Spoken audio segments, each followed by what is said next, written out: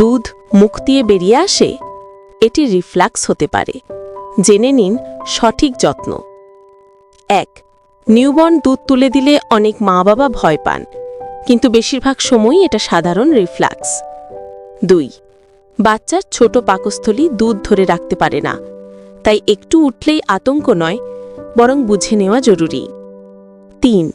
ফিডের পর বেবিকে কয়েক মিনিট সোজা করে রাখলে পেট আরাম পায়, দুধও ওপরে উঠে আসে না। 4. একদম সাথে সাথে শুয়ে দিলে রিফ্লাক্স বেড়ে যায়, তাই ধীরে ধীরে শোয়ানোই সঠিক উপায়। 5. অতিরিক্ত দুধ খাওয়ালে অনেক সময় বেশি দুধ বের হয়, বাচ্চা যতটুকু চায় শুধু ততটুকুই দিন। 6. ঘুম পাড়ানোর সময় মাথা সামান্য উঁচু করে দিলে শিশুটি আরও আরামে থাকে। 7.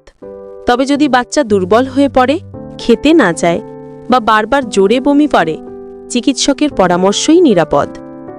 রিফ্লাক্স সাময়িক, কিন্তু আপনার ধৈর্য আর সঠিক কেয়ারই বাচ্চাকে সবচেয়ে দ্রুত শান্ত করে।